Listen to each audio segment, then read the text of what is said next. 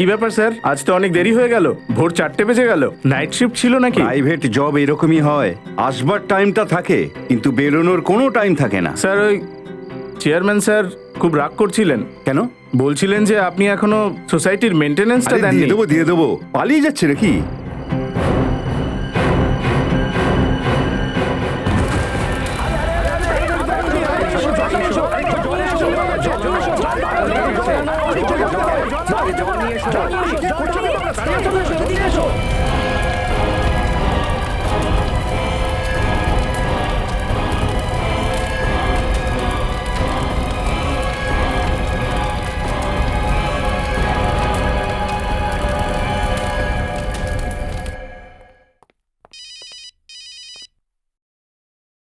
Hello সূর্য sir, ভালোই হয়েছে আপনি ফোন করেছেন, না হলে আমিই ফোন করতাম আপনাকে।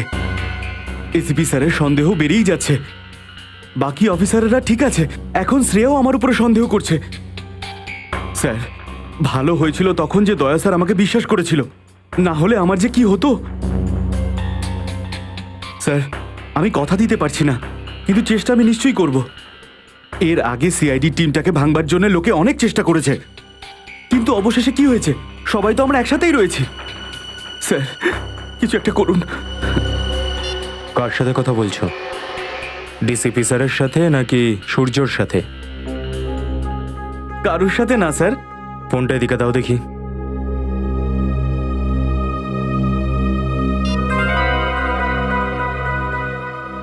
কারোর সাথে নয়। দেখো পঙ্কজ, আমি এটা তো জানি না যে ডিসিপি চিত্রলে স্যার তোমাদের দুজনকে এখানে কেন নিয়ে এসেছিল, কিন্তু হ্যাঁ, সূর্যকে তো এখান থেকে অনেক দূরে নিয়ে গেছেন উনি। আর তুমি এখনো আমাদের সঙ্গে বিউরোতে কাজ করছো, আর আমরা এটা চাইবো না যে তুমি এমন কোনো কাজ করো যার জন্য পরে তোমাকে আফসোস করতে হয়। স্যার এমনটা একেবারেই হবে না স্যার, আপনারা অযথাই চিন্তা করছেন। পঙ্কজ, আমরা অযথা চিন্তা করছি না, আমরা ভালো করে জানি যে কেস চলাকালীন তুমি কি করো না করো। স্যার যদি আপনি ওই ল্যাপটপের ব্যাপারে কথা বলেন, তাহলে তো সেটা একটা অ্যাক্সিডেন্ট ছিল।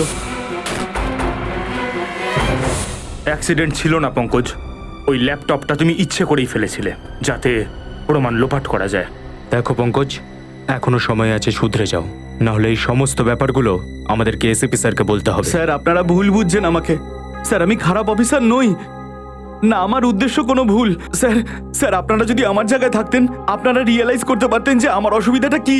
স্যার আপনাদের আমি কথা দিচ্ছি, আমি সিআইডির উপরে কোনোভাবে কোনো রকম ক্ষতি হতে দেব না।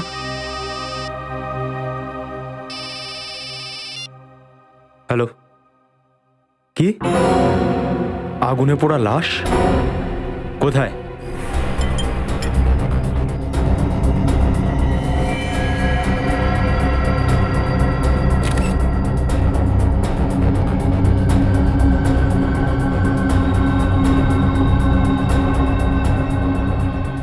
একেবারে পুরো শরীরটাই আগুনে পুড়ে গেছে, শুধু হাড়টাই পড়ে রয়েছে। স্যার পেলভিসের সাইজ দেখে মনে হচ্ছে লাশটা কোনো মেয়ের। কোনো মেয়ের?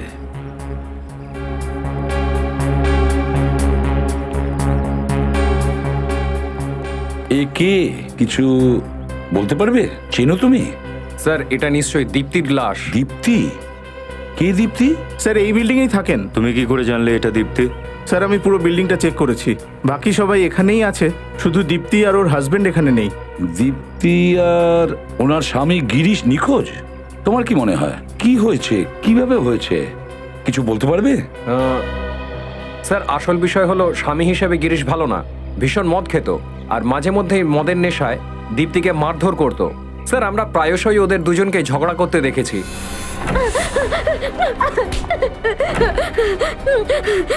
এটা তোর আগে ভাবা উচিত ছিল।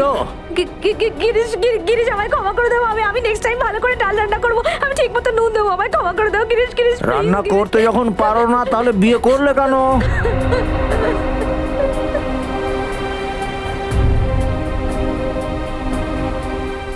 আমাদের ওকে সাহায্য করা উচিত, সিআইডি কে ফোন করি।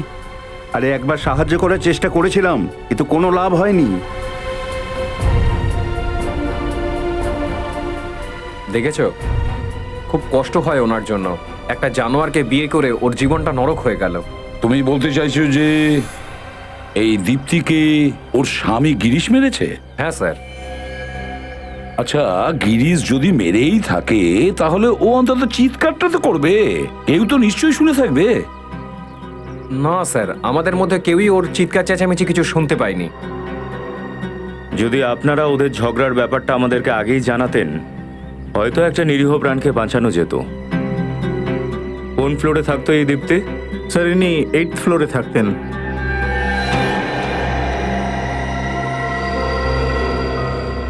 এই এই বাচ্চাটা দীপ্তির? হ্যাঁ স্যার, এই বাচ্চাটা দীপ্তিরই। 2 বছর বয়সেই বেচারা অনাথ হয়ে গেছে। কি দোষ ছিল বলুন তো বাচ্চাটার, যে ওর মাকে কেড়ে নেওয়া হলো? বাচ্চাটাকে কোনো ভালো বাড়িতে দত্তক দেওয়ার ব্যবস্থা করতে হবে। কয়েকটা দিনের জন্য আপনি কি বাচ্চাটাকে রাখতে পারবেন? হ্যাঁ sir. Thank you very much. যান।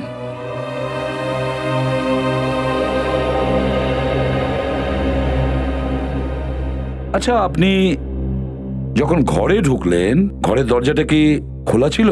না স্যার, বন্ধ ছিল। আমরা অনেকবার বেল বাজিয়েছি, কিন্তু কেউ দরজা খোলেনি। তারপর দরজাটা ভাঙতে হয়েছে। আচ্ছা, দরজাটা ভেঙে যখন ঘরে ঢুকলেন তখন দীপ্তির স্বামী গিরিশ এখানে ছিল না, তাই না? না স্যার। ঠিক আছে, যদি আমাদের দরকার পড়ে আপনাকে আবার ডেকে নেব, আপনি যেতে পারেন। Thank you sir.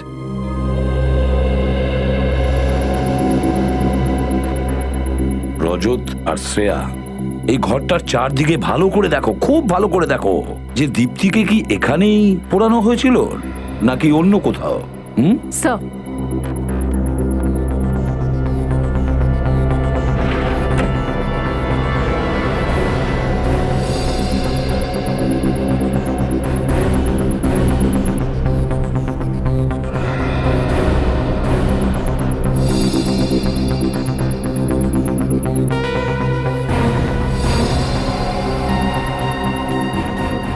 স্যার, হ্যাঁ রজত, এই দুটো মোবাইল ফোন এখানে পেলাম। মনে হচ্ছে একটা ফোন দীপ্তির আর একটা ফোন গিরিশের। জেনে শুনেই গিরিশ এই দুটো রেখেছে যাতে আমরা ওর পিছু না নিই। স্যার, আর স্যার এই জায়গাটা দেখুন, হয়তো দীপ্তিকে এখানেই পোড়ানো হয়েছে। মনে তো হচ্ছে সেটাই। আর তারপরে এখান থেকে ফেলেও দিয়েছে। স্যার এই কেরোসিনের জারটা পেলাম। দীপ্তিকে হয়তো কেরোসিন দিয়েই পোড়ানো হয়েছে। যদি মেনেও নিই দীপ্তিকে এখানে কেরোসিন ঢেলে পোড়ানো হয়েছিল, তাহলে এখানে তো পর্দাও রয়েছে। পর্দাতে তো কোনো পোড়ার দাগ নেই। নিজেকে বাঁচানোর জন্য দীপ্তি নিশ্চয়ই দৌড়ঝাঁপ করেছে। দেওয়ালে ধাক্কা লেগেছে, ফার্নিচারে ধাক্কা লেগেছে, জোরে চিৎকার করেছে, তারপরে বাথরুমে বা কিচেনে গেছে জলের জন্য। কিন্তু এখানে তো এরকম কোনো চিহ্ন নেই। আবার প্রতিবেশীরাও বলছে যে ওরা কোনো চিৎকারই শোনেনি।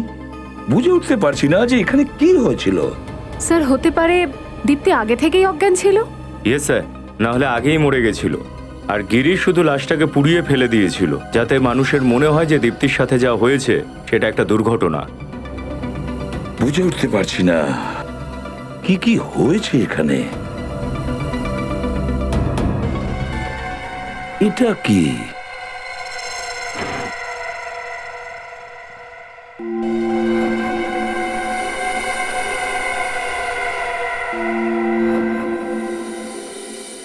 Flower vase? এ তো রক্ত দেখছি। ফ্লাওয়ার ভাসে রক্ত? এই ফ্লাওয়ার ভাস দিয়ে দীপ্তিকে মারেনি তো? সে একটা কাজ করো, এই ঘরে দেখো কোনো লেডিস হেয়ার ব্রাশ আছে কিনা। হয়তো ওটা দীপ্তির হেয়ার ব্রাশ। ওর থেকে যদি একটা দীপ্তির মাথার চুল পাই না, তাহলে ওটার সঙ্গে ম্যাচ করে দেখবো যে ডিএনএ ম্যাচ করছে কিনা। স্যার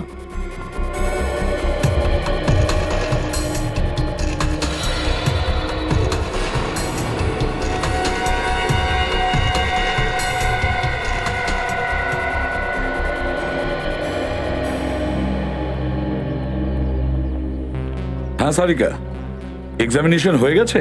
হ্যাঁ স্যার, আমি লাশটাকে ফরেনসিক ল্যাবে নিয়ে ঠিক আছে। যাচ্ছি। চলো।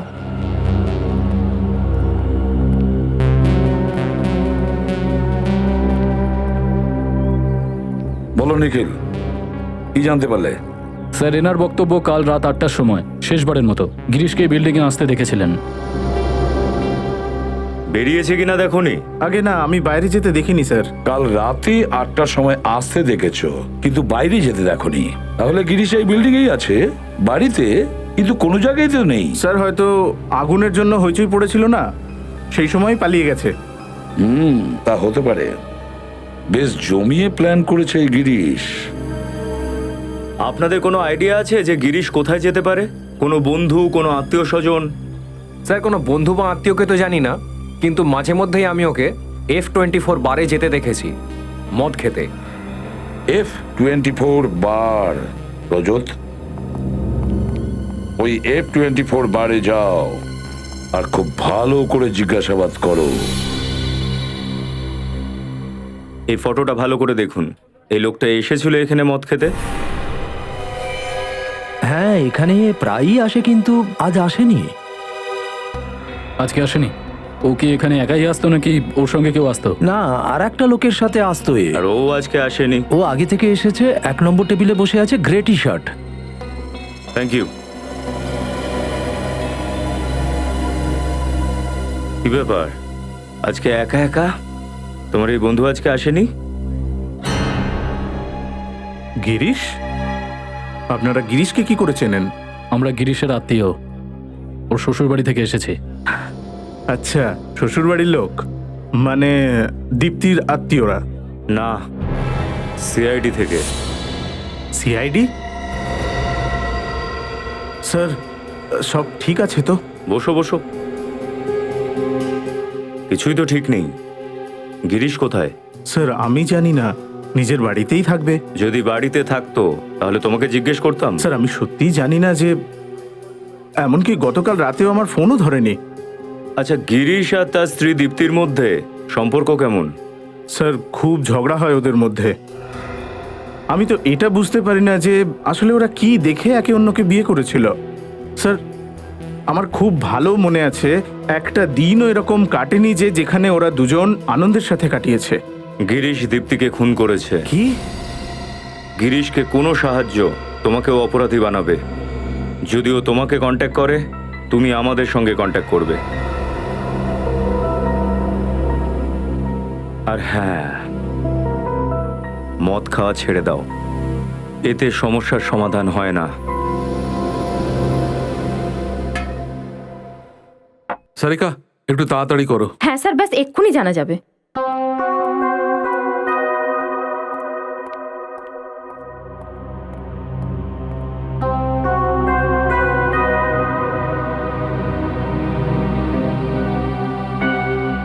হ্যাঁ, ডিএনএ ম্যাচ হয়েছে। আরে ভাই, সময় লাগে এতে, এত তাড়াতাড়ি হয় না। দেখো, কেঁদো না তো শালুকে, রিপোর্টটা আমার তাড়াতাড়ি চাই। আরে ভাই, তুমি ঘোড়ায় জিন দিয়ে এসেছো নাকি? আরে ডক্টর সালুকে আগে তো জানতে হবে এই লাশটা দীপ্তির কিনা, তবে না আমরা এগোতে পারবো এই কেসটায়। আরে এগোবে, নিশ্চয়ই তোমরা এগোবে। আরে ও ম্যাচ তো করছে। আমরা কি ফিরে যাব? আরে ফিরে যাবে কেন ভাই? আমি তো বলছি সারিকা ওটা করছে এক্ষুনি। এই কথাটা তো আগেও বলতে পারতেন না ভালোভাবে। তো একে কে বোঝাবে? স্যার ওই দেখো, এসো।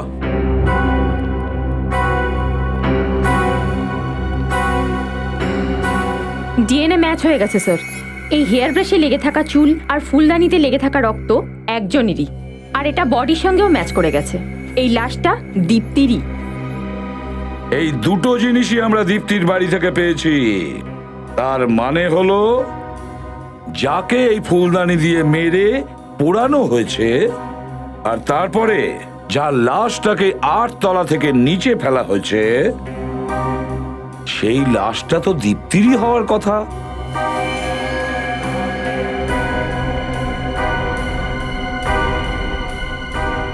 দীপ্তিরই কি?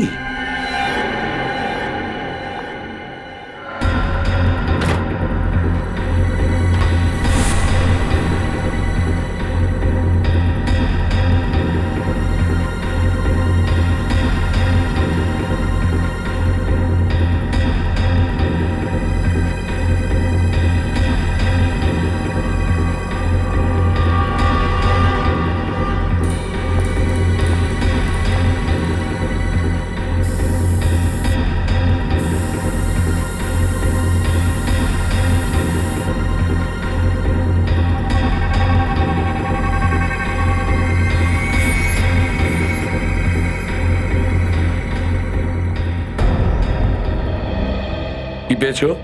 স্যার ঘরে এখানে ছাড়া আর অন্য কোথাও কেরোসিনের ট্রেস পাওয়া যায়নি। এটা ছাড়া ঘরে কোথাও কেরোসিনের ট্রেসেস পাওয়া যায়নি। তার মানে হলো দীপ্তিকে এখানেই পোড়ানো হয়েছিল আর এখান থেকেই ওকে ফেলা হয়েছে।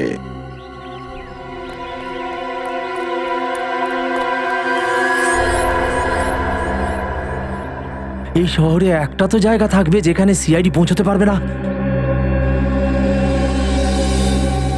হ্যাঁ, এই জায়গাটা ঠিক আছে। কিছুদিনের জন্য এখানে থেকে যাই।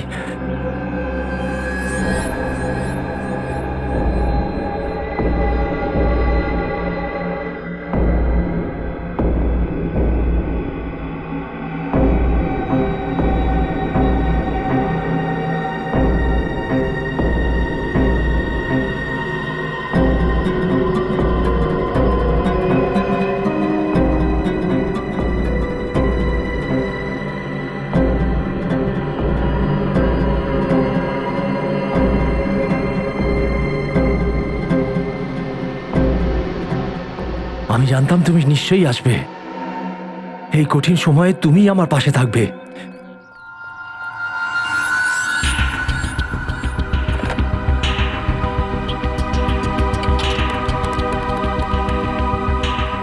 ফোনটা তুলছে না কেন? হ্যালো বিশেষ, আমি গিরিশ। আমি বিরাট বড় প্রবলেমে ফেসে গেছি। ওটা আমি ফোনে বলতে পারবো না। তুই এসে আমার সঙ্গে দেখা কর। আর হ্যাঁ, হ্যালো, এখানে আসার সময় কিছু টাকা পয়সা নিয়ে আসিস। এই 5-10 হাজার মতো। লেখ লেখ, অ্যাড্রেস লেখ।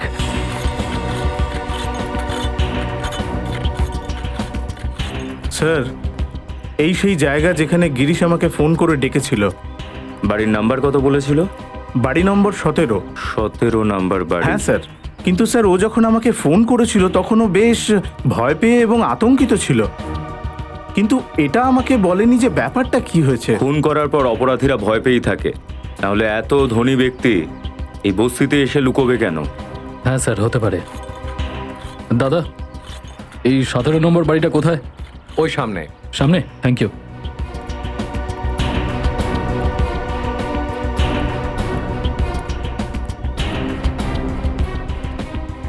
স্যার, এই সেই বাড়ি। দরজায় টোকা দাও। কে কে ওখানে? গিরিশ, আমি বিশেষ। ওকে দরজা খুলতে বলো। দরজা খোল গিরিশ।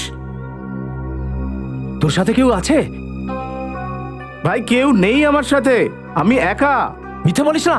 আমি সত্যি বলছি, তুই বিশ্বাস করছিস না কেন? গিরিশ, কে তোর সাথে আছে তাড়াতাড়ি বল। তুমি পেছনে সরো, এখানেই দাঁড়াও। নিখিল, দরজাটা ভেঙে দাও।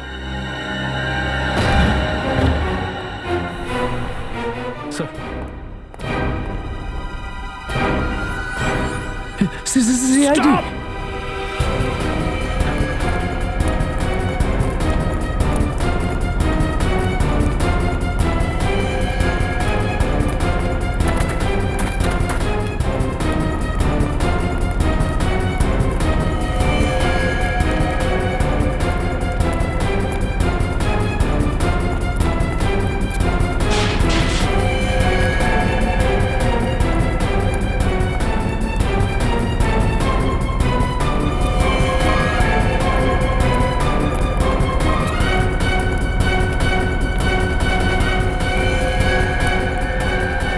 দাঁড়াও গিরিশ। আমার কাছে আসবে না। আমি জেলে যেতে চাই না। গিরিশ, দাঁড়াও। ওখানেই দাঁড়াও, আমি কিন্তু জেলে যাব না। গিরিশ, আর পেছনে যেও না।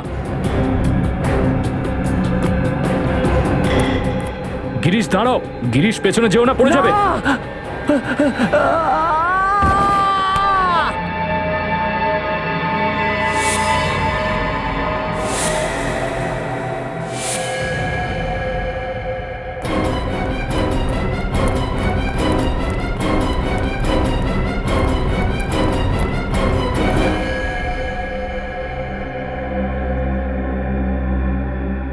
He's dead.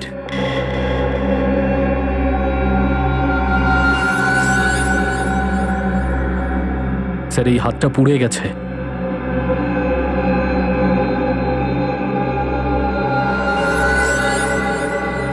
হয়তো দীপ্তিকে পোড়ানোর সময় ওর হাতটা পুড়ে গেছে। স্যার এই কেসটা তো শেষ। দীপ্তি মারা গেছে আর খুনিও।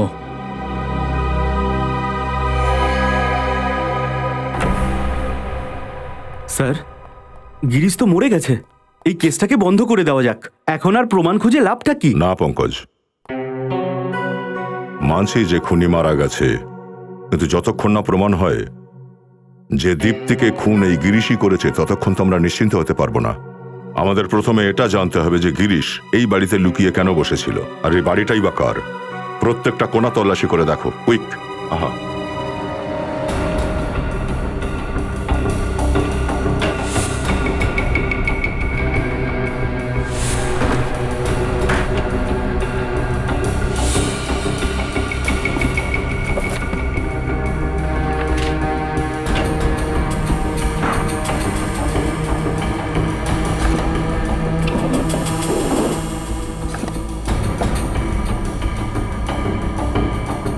স্যার,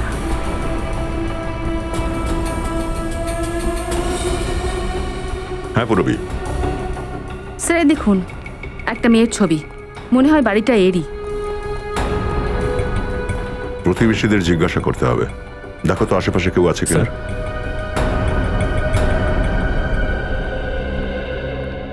স্যার এরা দুজন প্রতিবেশী স্যার। এই ছবিটাকে দেখুন। আপনারা এই মেয়েটাকে চেনেন? এ তো মীনাক্ষী, এখানেই থাকে। এখানে কি একাই থাকে নাকি ফ্যামিলির সাথে থাকে? এই মেয়েটার আত্মীয় পরিজন কেউ নেই, একাই থাকে। আপনি একে চেনেন? এ কে স্যার? গিরিশ নামের। এখানে এর সাথে দেখা করতে আসতো না? স্যার আমরা তো কোনোদিন দেখিনি। আচ্ছা, এই মীনাক্ষী এখন কোথায় সেটা বলতে পারবেন? ও তো কাল রাতেই চলে গেছে। চলে গেছে? কোথায়? কিছু বলেনি আমাদের। থ্যাংক ইউ, আপনারা যেতে পারেন। নমস্কার। মীনাক্ষী এখান থেকে জিনিস নিয়ে চলে গেছে, তাহলে এমনটা নয় তো যে এই খুনে গিরিশের সঙ্গে মীনাক্ষীও জড়িত আছে? এই ফটোটা নিয়ে চলো, আর দীপ্তির কাজের মেয়ে গোপী, ওকে বিউরোতে ডাকো। দেখা যাক ও কি জানে এই মীনাক্ষীর ব্যাপারে। আচ্ছা, তাহলে তুমি দীপ্তি আর গিরিশের বাড়িতে কাজ করো। হ্যাঁ সাহেব, বাসন মাজা, কাপড় কাচা, সব কাজই তো আমিই করতাম। দীপ্তি আর গিরিশ, ওদের সম্পর্ক কেমন ছিল? খুব ঝগড়া হতো সাহেব। এত ঝগড়া তো আমি আর আমার স্বামীও করি না। যত ঝগড়া সাহেব আর মেম সাহেব করতো। কি ব্যাপার নিয়ে ওদের ঝগড়া হতো? ছোটখাটো ব্যাপার নিয়ে ঝগড়া হতো। সাহেব তো বাহানা খুঁজতো দীপ্তি ম্যাডামকে মারা আর বকার জন্য। আচ্ছা, যেদিন দীপ্তি খুন হয়েছিল সেদিন তুমি কটার সময় কাজে এসেছিলে? সাহেব আমি তো সকাল 11টা নাগাদ এসেছিলাম, আর দুপুর 3টে নাগাদ সব কাজ সেরে চলেও গিয়েছিলাম। স্যার, হ্যাঁ স্যার এই মীনাক্ষীর কোনো খোঁজ পাওয়া যাচ্ছে না। না নিজের বাড়ি ফিরে এসছে, না অফিসে গেছে। মীনাক্ষী নিখোঁজ? দয়া, হতে পারে মীনাক্ষী এর মধ্যে জড়িত গিরিশের সঙ্গে দীপ্তির খুন করার ব্যাপারে। হ্যাঁ স্যার, ঠিকই বলেছেন। এই হলো ওদের দুজনের ফোন রেকর্ডস। গত 1 মাসের মধ্যে ওরা একে অপরকে প্রায় 40 থেকে 50 বার ফোনে কথা বলেছে। ও, কি মাসের মধ্যে 40 থেকে 50 বার ফোন? এত ফোন তো আমি আমার নিজের ওয়াইফকেও করি না। স্যার, স্যার আমার মনে হয় যে এই গিরিশ আর মীনাক্ষীর মধ্যে ভালোবাসা চলছিল, আর সেই জন্যই দীপ্তিকে মার্ডার করেছে। হতে পারে। একে মীনাক্ষীর ফটোটা দেখাও।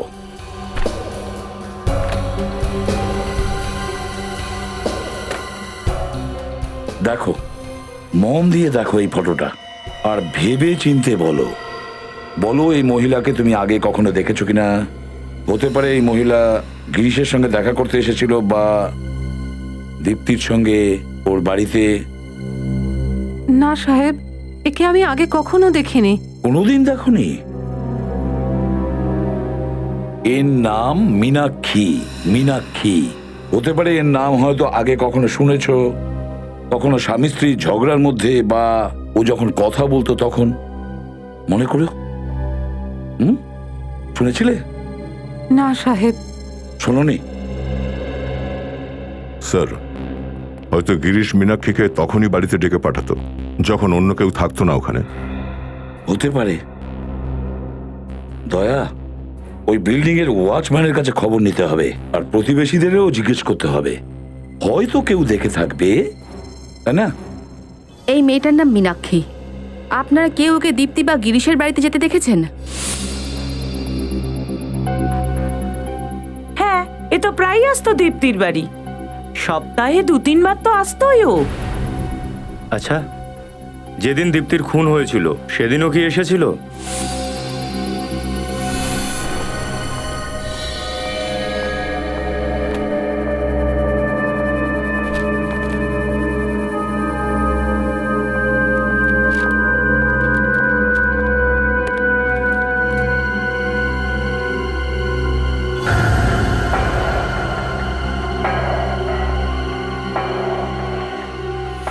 হ্যাঁ স্যার, এসেছিল, আমার খুব ভালো মনে আছে। আচ্ছা, ও কটার সময় এসেছিল এখানে? এই মোটামুটি ঘটনার 2-3 ঘন্টা আগে। কখন বেরিয়েছে? না স্যার, বাইরে যেতে তো আমি দেখিনি ওনাকে। স্যার, তার মানে দীপ্তির খুনের পেছনে নিশ্চয়ই মীনাক্ষীর হাত আছে। হ্যাঁ স্যার, ও আর গিরিশ মিলে প্রথমে দীপ্তিকে মেরেছে, তারপর যখন হট্টগোল শুরু হয়ে যায় তখন দুজনে মিলে পালিয়ে যায়। হতে পারে এই গিরিশ আর মীনাক্ষীর মধ্যে কোনো প্রেম টেমের ব্যাপার আছে, তাই ওরা দীপ্তিকে মেরেছে। তাই এই মীনাক্ষীর ব্যাপারে সবকিছু জানতে হবে। যা কিছু হয়ে যাক, ও সিআইডির হাত থেকে যেন না বাঁচে। স্যার, মীনাক্ষীর ক্রেডিট কার্ডের ডিটেল পাওয়া গেছে। প্রতি মাসে কম করে 40 থেকে 50 হাজার টাকা হাত খরচ করতে মেয়েটা। 40 থেকে 50 হাজার টাকা প্রতি মাসে খরচ? দাদা, কিন্তু ওর স্যালারি তো 15,000। স্যার, হয়তো ওর এই সমস্ত খরচা গিরিশই দিত। এত বড় বিজনেস, ওর টাকার তো অভাব নিশ্চয়ই ছিল না। Grind cafe, grind cafe, grind cafe, grind cafe. দয়া, মনে হয় সব থেকে বেশি ওরা দেখা করতো এই গ্রাইন্ড ক্যাফেতে, আর ওখানেই মীনাক্ষী গিরিশের সঙ্গেই দেখা করতে যেত। হ্যাঁ স্যার, যেদিন দীপ্তি মারা গিয়েছিল 13 তারিখে, সেদিনে ও এখানেই গিয়েছিল। ওই দিনও ও গ্রাইন্ড ক্যাফেতেই গিয়েছিল। তাহলে দয়া, মীনাক্ষীর কাছে পৌঁছতে সেই রেসিপি ওই গ্রাইন্ড ক্যাফেতেই পাওয়া যাবে। Grind cafe.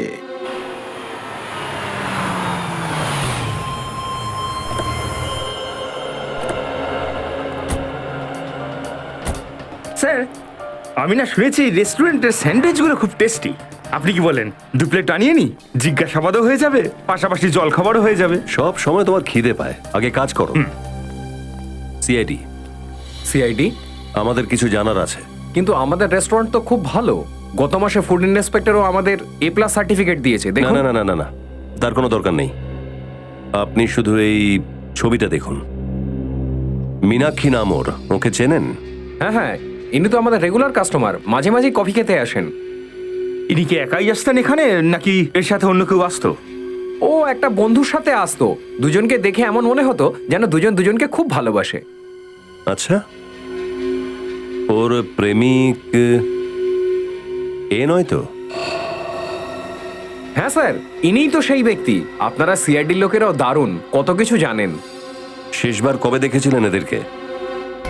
এই 2-4 দিন আগে। আচ্ছা, এরা কি কথা বলছিলেন কিছু জানেন, কিছু শুনেছেন আপনি? আমি কেন স্যার, গোটা রেস্টুরেন্টই শুনেছে। দুজনে এই প্রথম ঝগড়া করলো আর চিৎকার করে পরস্পরকে দোষ দিচ্ছিল। ব্যাস, অনেক হয়েছে। আমার ধৈর্যের আর পরীক্ষা নিও না, এর পরিণতি কিন্তু ঠিক হবে না। আমাকে হুমকি দিচ্ছ? এটা তুমি আমার হুমকি ভাবো, বা অনুরোধ, বা আমার ওয়ার্নিং। কিন্তু আমি যেটা চাই সেটা যদি আমি না পাই, তাহলে তুমি দেখে নিও। Thank you very much. Meenakshi গিরিশকে দিয়ে এমন কোন কাজ করাতে চাইছিল? স্যার, এই কেসটার সাথে মীনাক্ষীর কোনো না কোনো কানেকশন তো নিশ্চয়ই আছে। এই জন্যই দুজনের মৃত্যুর পর সে কোনো গোপন ডেরায় গিয়ে আস্তানা নিয়েছে। খোঁজ করতে হবে ফ্রেডি, যে বাসাটা ও কোন গাছের উপর বানিয়েছে।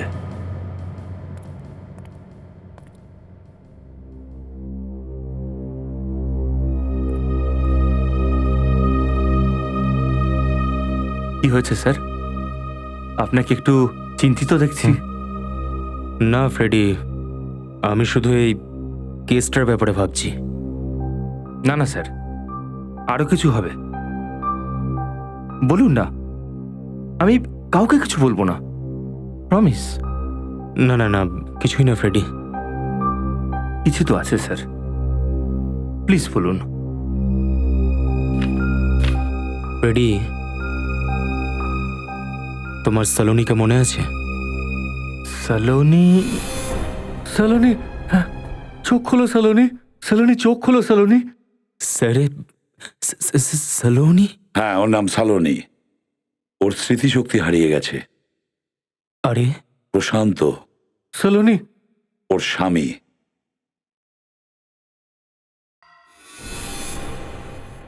হ্যাঁ,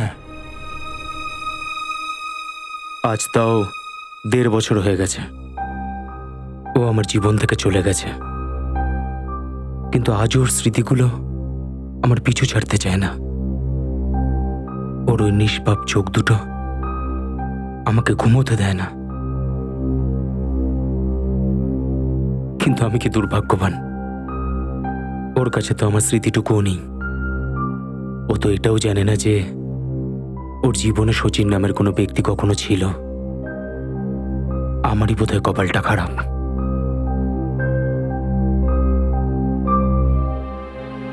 ফেলে আসা দিনগুলোর স্মৃতি আঁকড়ে নিজেকে আর কত কষ্ট দেবেন? সামনের দিনগুলোর দিকে চোখ মেলে দেখুন স্যার, দেখতে পাবেন জীবন কিভাবে দুহাত বাড়িয়ে আপনাকে স্বাগত জানাচ্ছে। ফ্রেডি, তোমার সাথে কথা বলে মনটা হালকা হয়ে গেল। It's my pleasure. Thank you. আসুন স্যার, ইনি হলেন বিশেষ। ইনি বলছেন যে ইনি জানেন না মীনাক্ষী কোথায়। দেখো বিশেষ, মীনাক্ষীর ফোন বারবার বন্ধ পাচ্ছি, আর ওর কাছে পৌঁছানো খুব দরকার। তাই মীনাক্ষী কোথায় আছে পরিষ্কার করে বলো, আর না হলে খুব খারাপ হবে। স্যার, আমি আপনার এই অফিসারকে 50 বার বলেছি স্যার, আমি জানি না মীনাক্ষী কোথায়। কেন তুমি জানো না? কেন তুমি জানো না? গিরিশের সব থেকে কাছের বন্ধু তুমি ছিলে, আর তাছাড়া ওর বিজনেস পার্টনারও তুমি। তাহলে তুমি কেন জানো না? হ্যাঁ, গিরিশ ছাড়া মীনাক্ষীর যদি কিছু দরকার পড়তো ও তো আগে তোমাকেই কন্ট্যাক্ট করতো, তাই না? কে? মীনাক্ষী আমাকে কখনো কন্ট্যাক্ট করেনি স্যার, আর ও যদি আমায় কন্ট্যাক্ট করে আমি নিজেই আপনাকে বলে দেবো স্যার। স্যার, আমি আপনাকে মীনাক্ষীর বাড়ি অবধি নিয়ে গেছিলাম স্যার, আর আমি আপনাদেরকে গিরিশ পর্যন্ত পৌঁছে দিয়েছিলাম স্যার। কিন্তু আমি এটা জানতাম না স্যার, এটা করলে ওর মৃত্যু হয়ে যাবে স্যার। দেখুন, গিরিশের মৃত্যুটা একটা দুর্ঘটনা, আর সেটা ওর নিজের দোষই হয়েছে, নিচে পড়ে যাওয়ার জন্যে। আর এই দোষটা আপনি আমাদের ওপর দিতে আসবেন না। দেখুন, আমি কাউকে দোষ দিচ্ছি না, কিন্তু আপনারা আমার কথা বিশ্বাস করছেন না কেন? তাছাড়া এই কেসের শুরু থেকেই তো আমি আপনাদের হেল্প করছি স্যার, আর আপনারা আমাকেই সন্দেহ করছেন স্যার। সেটা তো মীনাক্ষীর অফিসে গেলেই জানতে পারবো বিশেষ বাবু, যে তোমার কথাটা কতটা সত্যি আর কতটা মিথ্যে। কি মীনাক্ষী খুন করেছে? আগে হ্যাঁ, আর ও এখন ফেরার। না স্যার, এটা হতে পারে না। মীনাক্ষী কাউকে খুন করতে পারে না স্যার। কেন? তুমি এত জোর দিয়ে এই কথাটা কি করে বলছো? মীনাক্ষী খুবই ভালো একটা মেয়ে স্যার, আপনি চাইলে এখানে সবাইকে জিজ্ঞাসা করতে পারেন। যেভাবে তুমি মীনাক্ষীর হয়ে কথা বলে চলেছো, একটা কথা বলো তো, কোনো চক্কর টক্কর নেই তো মীনাক্ষীর সাথে তোমার? হ্যাঁ স্যার, এটা সত্যি যে আমি মীনাক্ষীকে ভালোবাসি, আর এটাও সত্যি যে মীনাক্ষী অন্য কাউকে ভালোবাসে। নাম কি তোমার? অরবিন্দ। মিস্টার অরবিন্দ, তাহলে তো তুমি এটাও জানো যে মীনাক্ষী কার সাথে প্রেম করে? হ্যাঁ, সে একজন বিবাহিত, আর ওনার নাম গিরিশ। আমি মীনাক্ষীকে অনেক বুঝিয়েছি, কিন্তু ও আমার কথা সিরিয়াসলি নেয়নি। তুমি কি জানো গিরিশের স্ত্রীর নাম কি? না স্যার। দীপ্তি, ওই যার খুন হয়েছে। এটা ওর ফটো। কখনো দেখেছো ওকে মীনাক্ষীর সঙ্গে? হ্যাঁ, উনি কিছুদিন আগে এসেছিলেন মঙ্গলবারে মীনাক্ষীর সঙ্গে দেখা করতে। কি কি কথা হয়েছিল ওদের মধ্যে কিছু জানো তুমি? আমি তো ওদের কথা শুনতে পারিনি, কিন্তু হ্যাঁ, মীনাক্ষী ওনাকে একটা এনভেলপ দিয়েছিল, হলুদ রঙের।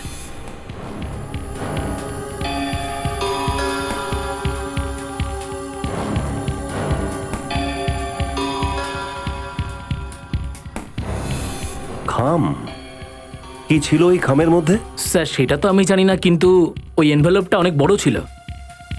তারপর? তারপরে হ্যাঁ, তারপর দীপ্তি বলল যে ও বৈশালীনগরে যাচ্ছে, ও সেখান থেকে একটা অটো ধরে চলে যায়। আচ্ছা, যখন ওরা কথা বলছিল তো ওদের আচরণ কেমন ছিল? আই মিন, ঝগড়া হচ্ছিল, রাগারাগি হচ্ছিল, মানে না না না না স্যার, ওরা তো বন্ধুর মতোই কথা বলছিল। ইনফ্যাক্ট মীনাক্ষী তো যাওয়ার সময় ওকে হাগও করেছিল। আর বলেছিল পরে দেখা হবে। আচ্ছা, তাহলে দুজন বন্ধু। ঠিক আছে, থ্যাংক ইউ ভেরি মাচ। আপনার কি মনে হয় স্যার, ওই খামের মধ্যে কি থাকতে পারে যেটা মীনাক্ষী দীপ্তিকে দিয়েছিল? এমন কোনো জিনিস যার জন্য এত বড় গন্ডগোল ঘটেছে, কিন্তু এরকম কোনো হলুদ খাম দীপ্তির বাড়িতে পাওয়া যায়নি, তাই না? স্যার, এই দীপ্তির আবার দুটো বাড়ি নেই তো? অরবিন্দ বলল না দীপ্তি বৈশালীনগরের দিকে গিয়েছিল, যেখানে ওর বাড়ি হলো শ্যামনগরে, একদম উল্টো দিকে। অফিসের পাশে যে অটো স্ট্যান্ড আছে সেখানে জিজ্ঞাসা করি মঙ্গলবার দিনে দীপ্তি এক্স্যাক্টলি কোথায় গিয়েছিল। Welcome to Bitten world, how may I assist you? নতুন ফ্ল্যাটের জন্য একটা স্ট্যান্ড ফ্যান আর কুলার নেব। এই পচা গরম থেকে একটু স্বস্তি চাই। বাজার চলতে সব ব্র্যান্ড আর ভরসাযোগ্য নয়। তার জন্য তো আমাদের ফ্যান আছে, all purpose bullet table fan, ceiling fan. আমাদের সিলিং ফ্যান কিন্তু 30 মাসের ওয়ারেন্টি সহ পাওয়া যায়। আছে ফারাটা 2 বছরের ওয়ারেন্টি, 17 থেকে 20 মিটার এয়ার ফ্লো, মধ্যবিত্তের সাধ্যের মধ্যে একমাত্র ভরসাযোগ্য ব্র্যান্ড বিটেন। আমাদের কুলারের কিন্তু অনেক range, 45 litres, 50 litres, 70 litres, 90 litres, 110 litres. Honeycomb সহযোগে বিটেনের সব কুলারের ওয়ারেন্টি 1 বছর। চেনা হাওয়ায় অচেনা অনুভূতির জন্য একমাত্র আদর্শ বিটেন। গরমে স্বস্তি পেতে বিটেনের ফ্যান হোক বা কুলার, আজই আনুন বাড়িতে। Beaten, digitally years.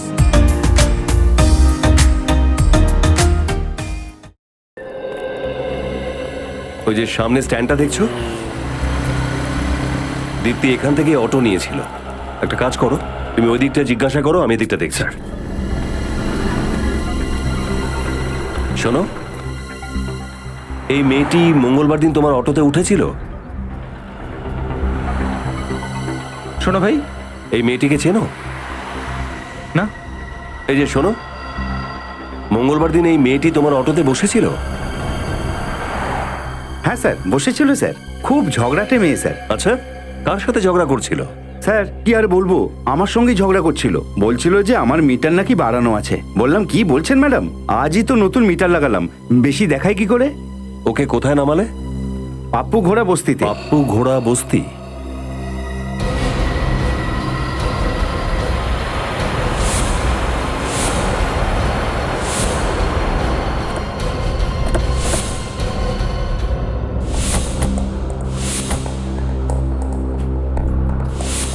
তো দীপ্তি রিক্সাতে করে এইখানে আসতো, এই বস্তিতে? কিন্তু স্যার, দীপ্তির এখানে কি কাজ থাকতে পারে? কিছু তো গন্ডগোল আছে। এখানে আসার কারণ জানতে গেলে জিজ্ঞাসাবাদ করতে হবে। সবাই কাজে লেগে পড়ো। স্যার,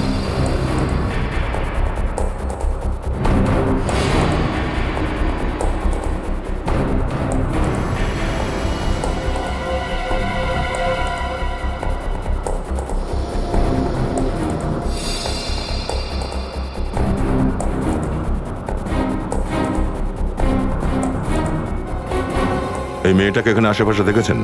না, দেখিনি। এখানে কারোর সঙ্গে দেখা করতে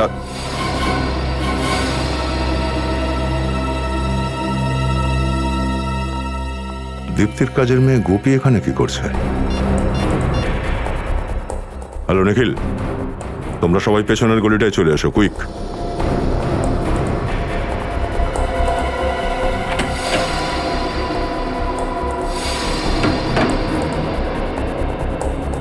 স্যার মনে হয় গোপিও এই জলেই থাকে, এই জন্য দীপ্তি হয়তো ওর সঙ্গে দেখা করতে এসেছিল। বড় অদ্ভুত ব্যাপার। আমি এমনটা খুব কম শুনেছি যে নিজের বাড়ির কাজের মেয়ের সঙ্গে দেখা করতে কোনো মালকিন তার বাড়িতে যায়। স্যার, হতে পারে দীপ্তির খুনে মীনাক্ষীর সঙ্গে গুপিরও হাত থাকতে পারে। এক্ষুনি জানতে পারা যাবে। কে? দরজা খোলো। আপনারা এখানে? মনে হচ্ছে আমাদেরকে দেখে তুমি খুব খুশি হওনি। না না, সেরকম ব্যাপার না। তাহলে ব্যাপারটা কি? ভেতরে আসুন না, আপনাদের জন্য চা না করছি। না, কষ্ট করতে হবে না। চা আমরাই তোমায় খাওয়াবো, জেলে বসিয়ে। জেলে? আগে হ্যাঁ, দীপ্তিকে খুন করেছেন, জেলে তো যেতেই হবে। এ আপনি কি বলছেন? আমি এটা কেন করব? আমি ম্যাডামকে খুন করব কেন? মীনাক্ষীর কথায় দেখো, সত্যি কথা বলো, দীপ্তি এখানে আসতো না তোমার সাথে দেখা করতে? হ্যাঁ, মরার আগেও তো এসেছিল এখানে ও। হ্যাঁ সাহেব, এসেছিল। ও একটা জিনিস রাখতে চেয়েছিল আমার কাছে। কিরকম জিনিস? এক মিনিট।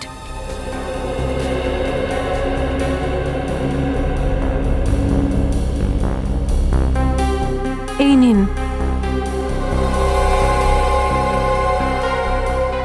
স্যার, এটা তো সেই হলুদ খাম যেটার ব্যাপারে আমরা মীনাক্ষীর অফিস থেকে জানতে পেরেছিলাম। হ্যাঁ, হয়তো এই জন্যই এটা দীপ্তির বাড়িতে পাইনি আমরা। এতগুলো টাকা? কম করে অন্তত 40-50 হাজার তো হবে। সাহেব, আমি জানতাম না এর মধ্যে টাকা আছে। আমাকে তো দীপ্তি ম্যাডাম খাম দিয়েছিল, বলেছিল সাবধানে রাখিস, কিছুদিন পর মীনাক্ষী আসবে আর এটা নিয়ে যাবে। আর ও চলে গেল। তার মানে তুমি মীনাক্ষীকে আগে থেকেই চিনতে, আর তুমি বিরুতে আমাদের মিথ্যে বলেছিলে? হ্যাঁ ম্যাডাম, আমি ভয় পেয়ে গিয়েছিলাম। আমি ভাবলাম আমি ফেসে যাব এসবের মধ্যে। স্যার, এই কেসটা তো জিলাপির মতন গোল গোল করে ঘুরে যাচ্ছে। আচ্ছা, মীনাক্ষী টাকা নেওয়ার জন্য কবে আসবে? ওর ফোন এসেছিল, ও আজ রাতে 12:30টার সময় চলে আসবে। আজ রাত 12:30টায়? ঠিক আছে। এবার তুমি সেটাই করবে যেটা আমরা বলবো। Welcome to Bitten world. How may I assist you? নতুন ফ্ল্যাটের জন্য একটা স্ট্যান্ড ফ্যান আর কুলার নেব। এই পচা গরম থেকে একটু স্বস্তি চাই। বাজার চলতে সব ব্র্যান্ড আর ভরসাযোগ্য নয়। তার জন্য তো আমাদের ফ্যান আছে, all purpose bullet table fan, ceiling fan. আমাদের সিলিং ফ্যান কিন্তু 30 মাসের ওয়ারেন্টি সহ পাওয়া যায়। আছে ফারাটা 2 বছরের ওয়ারেন্টি, 17 থেকে 20 মিটার এয়ার ফ্লো। মধ্যবিত্তের সাধ্যের মধ্যে একমাত্র ভরসাযোগ্য ব্র্যান্ড বিটেন। আমাদের কুলারের কিন্তু অনেক range, 45 litres, 50 litres, 70 litres, 90 litres, 110 litres. Honeycomb সহযোগে বিটেনের সব কুলারের ওয়ারেন্টি 1 বছর। চেনা হাওয়ায় অচেনা অনুভূতির জন্য একমাত্র আদর্শ বিটেন। গরমে স্বস্তি পেতে বিটেনের ফ্যান হোক বা কুলার, আজই আনুন বাড়িতে। Beaten, digitally yours.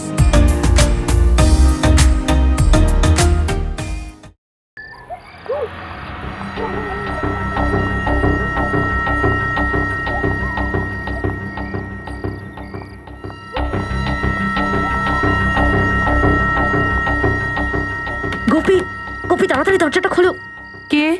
আমি মীনাক্ষী। আমার কে? তাড়াতাড়ি ওই খামটা দাও আমাকে। হ্যাঁ, তাড়াতাড়ি দাও। এই নাও। তুমি এই খামটা খুলে দেখো নি তো? না। ঠিক আছে।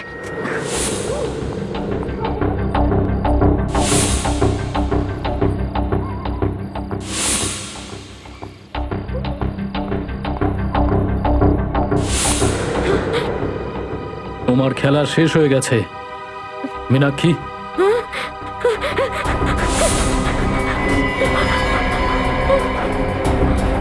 জিলিপি খাবে?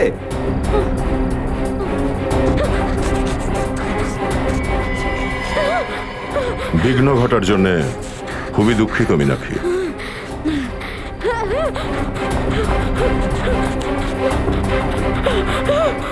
আরে আরে আরে, কোথায় পালাচ্ছ? কোথায় পালাচ্ছিলে? তুমি আমাকে ছেড়ে দাও, আমাকে ছেড়ে দাও। এই টাকাগুলো সব নিয়ে নাও, কিন্তু আমাকে ছেড়ে দাও, ছেড়ে দাও প্লিজ।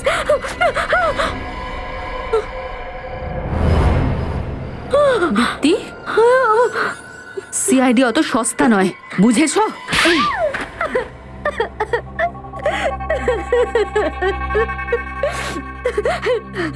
হ্যাঁ, এই সব প্ল্যান আমি বানিয়েছিলাম। আইনের চোখে আমি আসল অপরাধী। আমার মনে হয়েছিল যে গিরিশকে মেরে ফেললে ওর সব সম্পত্তি আমার হয়ে যাবে। আর মীনাক্ষীকে তোমার প্ল্যানে সামিল করেছো। মীনাক্ষী গিরিশকে ভালোবাসতো, তাই না? কোনো ভালোবাসা টালবাসা ছিল না। ওই মেয়েটা শুধুমাত্র গিরিশের টাকা পয়সাকে ভালোবাসতো। আর সেই জন্যই আমি ওকে বলেছিলাম যে গিরিশকে মেরে ফেলা যাক, আর ওর সমস্ত সম্পত্তি আমরা দুজনে ভাগ করে নেব। অর্ধেক ও নেবে আর অর্ধেক আমি নেব। কিন্তু ও তো জানতো না যে তুমি মনে মনে সমস্ত সম্পত্তি একাই হাতাবার তালে ছিলে। বেচারি বোকা ছিল। আমার প্ল্যান সম্পর্কে কোনো ধারণাই ছিল না ওর।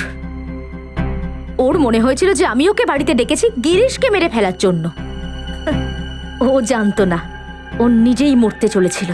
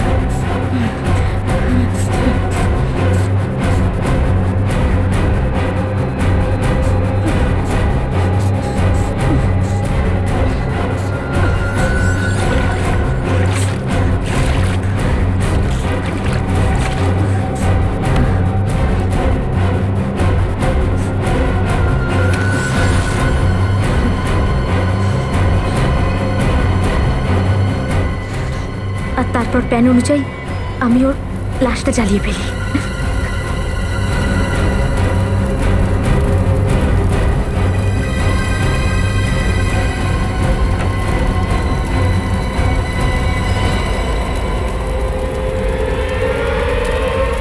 দীপ্তি, দীপ্তি, নেশার ঘোরে গিরিশ তো এটাও বুঝতে পারিনি যে ওই আগুনে দীপ্তি নয় মীনাক্ষী পড়ছিল। দীপ্তি, কাপুরুষের মতো ওখান থেকে পালিয়ে যায়।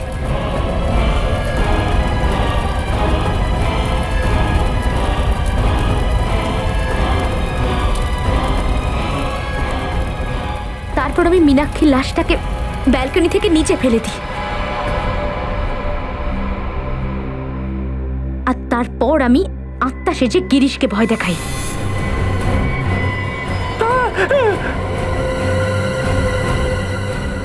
ও ভয় পেয়ে পালিয়ে যায়। আর আপনাদের কাছ থেকে পালাতে পালাতে ও নিজে নিজের মৃত্যু ডেকে আনে। কিন্তু তুমি মীনাক্ষীর কাছ থেকে টাকা নিয়ে সেটা কাজের মেয়ের কাছে রাখলে কেন? কারণ আমি ওর সামনে হতভাগ্য বউয়ের অ্যাক্টিং করতে চেয়েছিলাম, আর সেই জন্য আমি ওর থেকে টাকা ধার নেওয়ার নাটক করি, আর ওই টাকাই আমি আমার কাজের লোককে দিয়ে দিই। আমি জানি যে তোমার স্বামী তোমার উপর অত্যাচার করত, মদ খেত, এমনকি তোমাকে মারধরও করত। তুমি আইনের শরণাপন্ন হতে পারতে, আইনের সাহায্য নিতে পারতে, আইন সেটা আটকাতে পারত। আমরা এটাই চাই যে যে স্বামী তার স্ত্রীর ওপর অত্যাচার করবে তাকে কঠোর থেকে কঠোরতম শাস্তি দেওয়া হবে। কিন্তু তুমি আইন তোমার নিজের হাতে নিয়েছো। পরিণাম কি হলো? তোমার ক্ষতি তো তুমি নিজে হাতে করলে, তাই না? কখনো তোমার ছোট্ট ছেলেটার কথা ভেবেছো? কখনো ওর কথা মনে করেছো? একবারও সেটা ভেবে দেখোনি যে এসব করার পরে যখন তুমি ধরা পড়বে, তুমি জেলে যাবে, তখন ওর কি হবে? আমি কি ভেবেছিলাম না কিছু ধরা পড়ে যাব? আমার মনে হয়েছিল যে আমি সব টাকা পয়সা নিয়ে অনেক দূরে চলে যাব, আর আমার ছেলের সাথে একটা নতুন জীবন শুরু করব। তুমি নতুন জীবন শুরু করবে তোমার নিজের ছেলের সঙ্গে। শুরু হয়ে গেছে তোমার নতুন জীবন, কিন্তু জেলে বসে। কিন্তু দুঃখের বিষয়, তোমার ছেলেরও একটা নতুন জীবন তুমি শুরু করে দিলে, মা বাবা ছাড়া একটা দুঃখের জীবন। তোমার ছেলে যখন বড় হয়ে তোমাকে প্রশ্ন করবে যে মা বলো কেন আমি ছেলেবেলা থেকে মা বাবার ভালোবাসা থেকে বঞ্চিত, তখন কি উত্তর দেবে? পারবে সত্যিটা বলতে? পারবে না তো? অনেক বড় ভুল করেছো তুমি দীপ্তি, অনেক বড় ভুল।